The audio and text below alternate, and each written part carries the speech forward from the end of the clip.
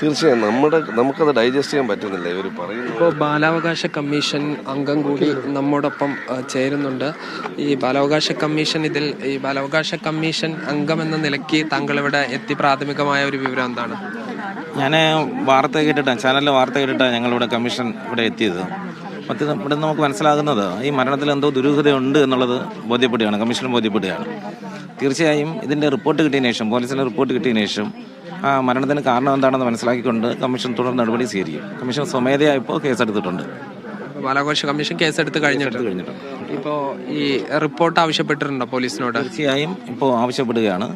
ഇത് സംഭവം കഴിഞ്ഞ ഉടനെ തന്നെ കമ്മീഷനോട് പോലീസിനോട് റിപ്പോർട്ട് ആവശ്യപ്പെടുകയാണ്. കേസിന്റെ ഭാഗമായിട്ട് റിപ്പോർട്ട് ആവശ്യപ്പെടുകയാണ്. ബാലാവകാശ കമ്മീഷന്റെ തുടർ നടപടികൾ എന്തൊക്കെയായിരിക്കും? നമുക്ക് 18 വയസ്സിന് താഴെയുള്ള കുട്ടികൾക്ക് ജീവിക്കുവാനുള്ള സൗകര്യം ചെയ്തു കൊടുക്കേണ്ടത് അത് കമ്മീഷൻ്റെയും കൂടെ ഒരു ബാധ്യതയാണ്. അപ്പോൾ ജീവിക്കുവാനുള്ള അവകാശം കുട്ടിയോടൊപ്പം നഷ്ടപ്പെട്ടിരിക്കുകയാണ്. അതിനെന്താണ് കാരണമെന്ന് കണ്ടെത്തിക്കൊണ്ട് അതിന് തീർച്ചയായും അതിനുള്ള നടപടി സ്വീകരിക്കും.